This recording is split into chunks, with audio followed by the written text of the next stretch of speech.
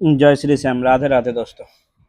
কারণ আজকে এখন এই যে ট্রেডটা চলছে, এই ট্রেডটা অ্যাপ্রক্স 13 ঘন্টা হলো যে ট্রেডটা কন্টিনিউ চলছে এবং কন্টিনিউ অ্যাভারেজ করতে থাকছে। কারণ এখন দেখতে পাচ্ছেন যে অ্যাপ্রক্স লস চলছে 5 লাখ প্লাস। কারণ এই অ্যাকাউন্টে অলরেডি ডিপোজিট আছে 13 লাখ টাকা, সেখানে লস চলছে 5 লাখ টাকা।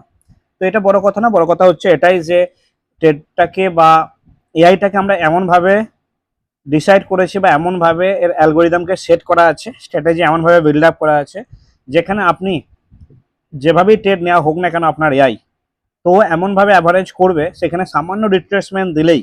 কারণ অলরেডি এখন 150 পয়েন্ট মার্কেট নেমে গেছে, আমি দেখতে পাচ্ছি। দেখুন 4701 থেকে মার্কেট নামছে, অলরেডি 150 পয়েন্ট নেমেছে, মানে অপোজিট সাইডে মার্কেট আছে।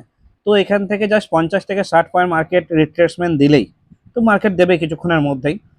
তার ভিডিও আপনাদেরকে আমি দেখাবো। তো রিট্রেসমেন্ট দিলেই সেই ট্রেড অলরেডি ক্লোজ হয়ে আমার প্রফিট বুক হয়ে যাবে।